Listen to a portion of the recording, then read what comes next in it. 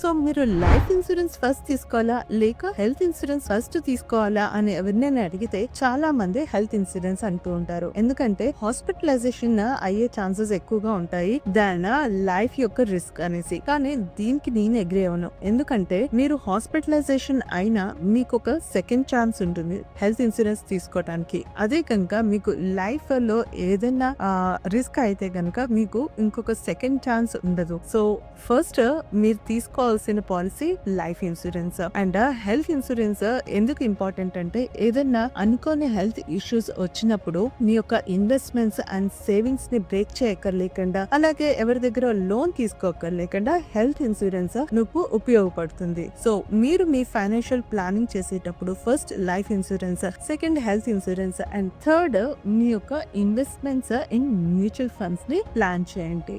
So మీకు life insurance యొక్క quotation కావాలి అంటే కనుక కనిపిస్తున్న వాట్సాప్ నంబర్ కి లైఫ్ ఇన్సూరెన్స్ అని మెసేజ్ చేయండి. అండ్ అలాగే మీరు ఇలాంటి ఇంట్రెస్టింగ్ కంటెంట్ ని చూడాలి అనుకుంటే కనుక మా పేజ్ ని ఫాలో అండి అండ్ మా యూట్యూబ్ ఛానల్ ని సబ్స్క్రైబ్ చేయడం మర్చిపోకండి.